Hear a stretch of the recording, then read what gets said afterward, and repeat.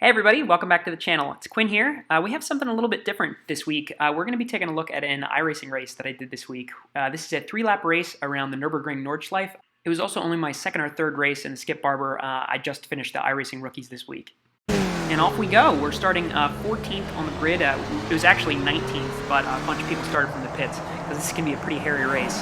And we're already going to make up some space. So we take one position there on the inside, and we overtake again on the inside coming into turn 1. And it's a total of 3 positions, so we make it from 14th to 11th. You can see Peter Jonkers in the number 9 over there to the right. We're going to switch to the TV view and get a better look of us going around the inside of him. And that's going to be another position. So now we are up into 10th. And with that, we're going to jump up to the leader here.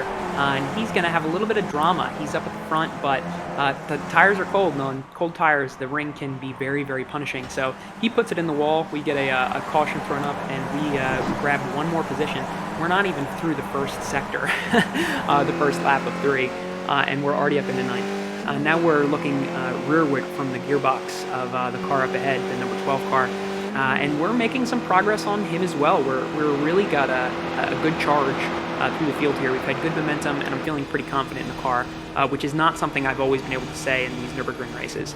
We have the speed here on the straight to go up the inside of Orest Ludwig, and now we're up into 8th. We can see him right there behind us. But again, before we can relax at all, there's going to be another incident up ahead. So we're going to jump up ahead to a camera further up the track to take a look at what's going on up there.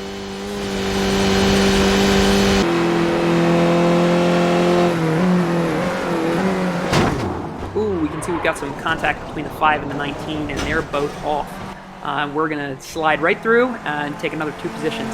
So great first lap so far. We're up from 14th to 6th, really 19th on the grid to 6th. So I'm feeling pretty good, and not only that, but now you can see up on the relative standings there, we're gaining iRating, and I had lost quite a bit of iRating crashing out of Nürburgring races earlier in the day, so I'm feeling pretty stoked about that. I can't feel stoked for very long because Santiago Rodriguez behind us decides we're going to go for a little spinella around here and turns us sideways. Luckily, I knew what to do. I got off the throttle and I just got the car straight as soon as I could. So we only lost two positions to fall into 8th. But it's all right. We have got a lot of race to go. And at this point, I'm just glad that we didn't get wrecked out, because I had been wrecked out of 3 races in a row here, and if you have a crash, there's not a lot you can do. It's like an 8-minute tow. So it was pretty rough. But at this point, I'm rattled, definitely rattled. Blood pressure is high, but we're feeling confident, and I know that I'm faster than both of the guys up ahead.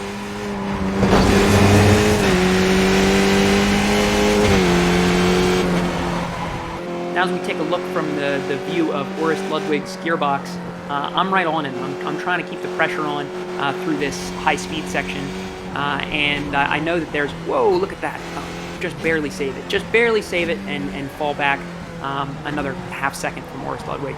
It's really important to try to keep the gap small here, because we're going uphill soon, and when you go uphill around the Nürburgring, especially in low-powered cars like these, your corner exits are crucial. So that first uphill section is going to come right here, and this is going to be the corner that decides it. So we really got to make sure we hold it well. We got to try to hold a lot of momentum, and it's a decent run up the hill. It's not fantastic, but the important thing is we're not dropping back too far from the cars up ahead. If you start losing here, it's really, really difficult to make it up. And then this corner is the real hard one, and this is the one that determines your exit speed for the longest uphill straight ever. It's not really a straight, but it feels very straight since it's uphill, and we get a much better run this time. So it looks like we're gonna be gaining on Orest Ludwig this whole way up the hill.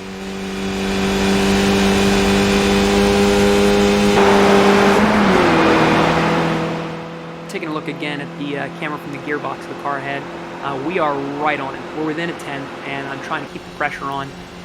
But it looks like we're going to have the Delta just to drive right around them, so that's what we're going to do. We're going to drive around, keep them on the right side, and then we're going to get a suspension shot from this car up ahead as well. And you can see that we are not only looking for this one, but I'm just going to hold it on, up the inside here, and you can get it. You have to shift down a gear here in 4th gear, and I shift down in front of him, and I I kind of trust the fact that he is going to slot in behind me, and he does. He's right on my bumper now. Daniel Hoist is right behind me, but we're hoping I'm going to be able to keep him there for the rest of this lap at least.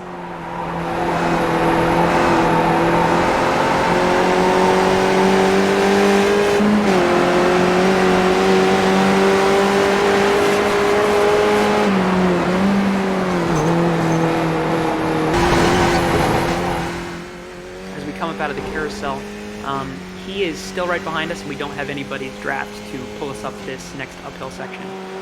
So he is going to be putting the pressure on, but you can see here from our gearbox camera that he actually does have a little bit of wing damage, so I'm hoping that that's going to hurt him a little bit on the start-finish straight, because there's a really long start-finish straight on the Nordschleife, and if someone's right behind you, just like Daniel is here, by the time you get to that straight, it's a pretty good bet that they're just going to drive right around. It can actually be kind of a draft battle if you're trying to make a pass too soon, but hopefully we're going to be able to pull them behind through this relatively technical section. I just love the view of this this section of the Nürburgring. This is my favorite section, this last section at the top of the hill, and boy, is it a great view from the gearbox looking at the car behind me.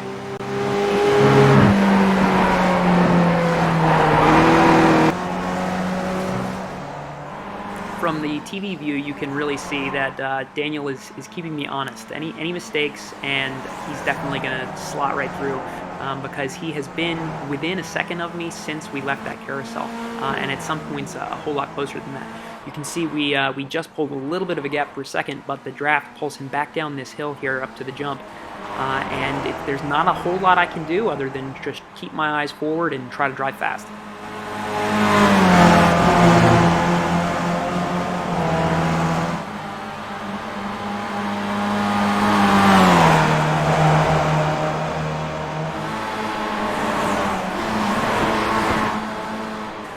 See the yellow car of Orris Ludwig showing up in the distance, as well as Brett Carrington behind him, just to show that we are not alone here. And you can also see Santiago Rodriguez up ahead, so that's who I'm chasing. We can see now, if we look behind Daniel Holst as we go through the second carousel here, this mini carousel, he actually has a little bit of an error here on the exit, and he's going to lose a little bit of time to me. That second carousel is probably the worst corner to mess up around this whole track, if it's not for that one before the long hill climb. Because as you can see here, now we have over a second and a half, and anything over really 1.3, 1.2 seconds, you're going to lose any meaningful effect of the draft. So it looks like our battle with Daniel Holst is over, and we're going to lose him. At least on this occasion, we got a better run down this straight. But as you can see, again, you can see this pack behind us as well as the pack in front of us here from the TV camera. We're actually going to skip lap 2 completely. We didn't make any overtakes. Nobody overtook us. We're going to start lap 3 here. You can see we're 6.6 seconds ahead of Daniel behind us, but we are quite close to Rui Sa up ahead, only 1.2 seconds. So now we are chasing these guys. I can see all the way up to second place. So not only is there a podium position up ahead of us, but there's 2 podium positions available, and the leader is not far up ahead. So I've got a certain type of Nordschleife bloodthirst right now, because I don't know what it was. I got it into my head in rookies that I should be winning races all the time, because I won 2 races in rookies, but everybody's a lot faster as soon as you get out of rookies. So it's been a little bit trickier since then, but we are chasing these guys. We're going to be right on their bumper, and we're going to try to do a lot of it in the cockpit so that you guys can see the telemetry of me overdriving a little bit.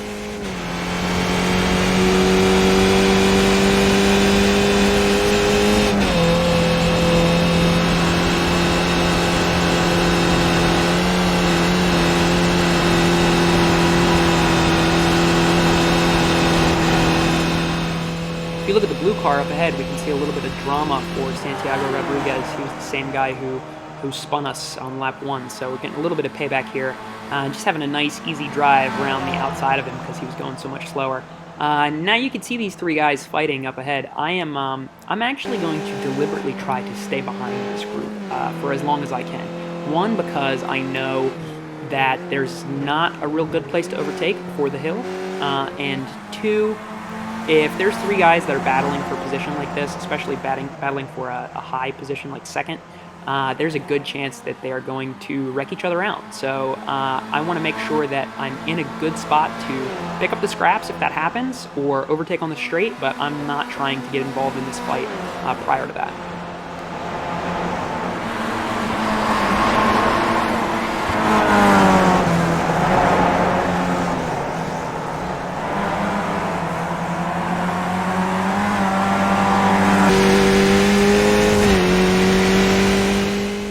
The gap ahead is 7/10, and the gap behind is a second, but I have a pretty good feeling that Santiago behind has got a little bit of damage, either from crashing into me on the first lap or from that off track that he just had. It looked like he touched the wall, so he might have some suspension damage.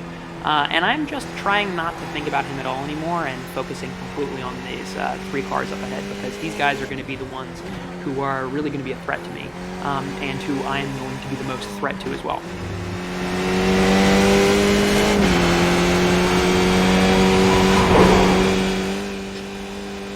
This high-speed section here in 4th gear is great. It's one of the sketchier parts of this whole track.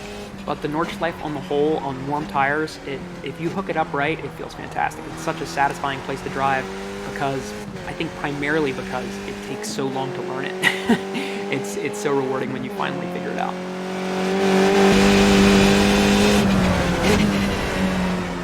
This is one of those crucial complexes that's going to determine our speed going up a hill, and looking on the gearbox camera from Ruisa, we're gaining, and we're going to close right up over the exit, and we are just barely going to have pace. It looks like we maybe have 1 mile per hour, and we're going to creep around the outside of Ruisa. Now, I probably could have made it up the inside there, but my thinking was that I wanted to be on the inside for the next turn, which is here, and this is arguably a little bit more important, but I still managed to mess it up, even with that big brain 9000 IQ car placement. Still mess it up a little bit, don't have a great run up the hill. The guys ahead of me are not falling back into me, but Ruisa behind me is definitely gaining. That said, we haven't done too bad for ourselves so far. We went from 19th on the grid to 14th over the line on lap 1. Now we're in 4th, so that's a gain of 10 since we crossed the finish line the first time. But Ruisa really does not like that for us. They want to take this the 62 iRating gain and reduce it. So they're making sure to keep the pressure on.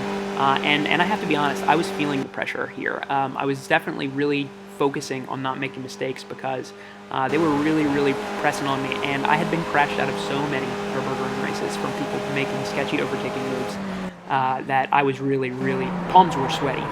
If I wasn't wearing gloves, I would have been sliding all over the steering wheel. Look how close.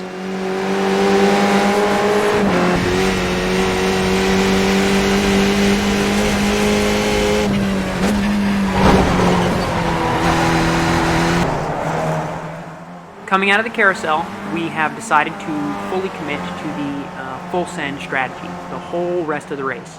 I am going to send it up this hill, I'm going to send it through this last sector, and I'm going to send it around both of these dudes in front of me. I want this second place, I want this iRating, and I feel like I can do it, so I am chasing it.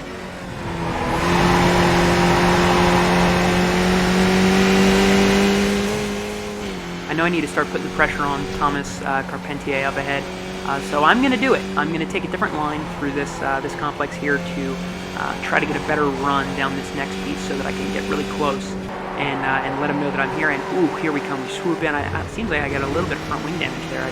I couldn't feel it. I tell you what, the car felt great.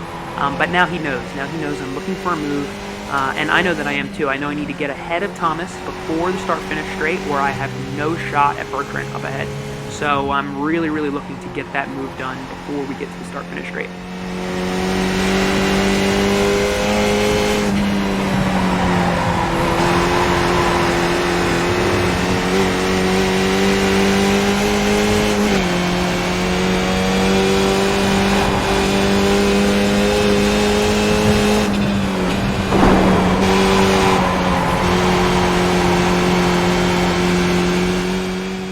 We're starting to get to him because he is falling back from Bertrand up ahead, so I know that an opportunity to make a move is coming soon, and there it was. He made a mistake on the lead up to a long flat out section, and I know that I'm going to be able to get very close to him here. I'm going to be able to get very close coming into this complex of corners.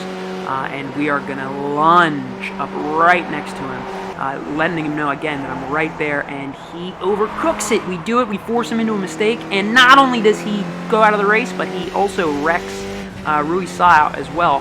And then, Christmas is coming early, Bertrand Quenet has a little bit of difficulty on that second carousel. And what did I say before about that second carousel? If you mess it up, you do not have the run for the straight. So I'm really in a good spot here. We can see him. We've got just barely a second ahead of us. But we're going to start reeling that in real fast. You can see we're already looking at 8/10, and I'm speeding up. So he's going to top out somewhere at about 120, maybe 121 miles an hour. You can see we're already at 121, 122, and we are putting it up on him. I know that I need to be smart about this overtake, though. I really want to force him over to this right side so that I can overtake him on the inside of this bend. If he has the inside of this bend, there's not a whole lot I can do. So you can see, looking from his rear suspension, we're going to put it right up alongside him, right up next to him. Not a lot of room, not a lot of room. He moves in on me and then, just barely notices that I'm there in the nick of time.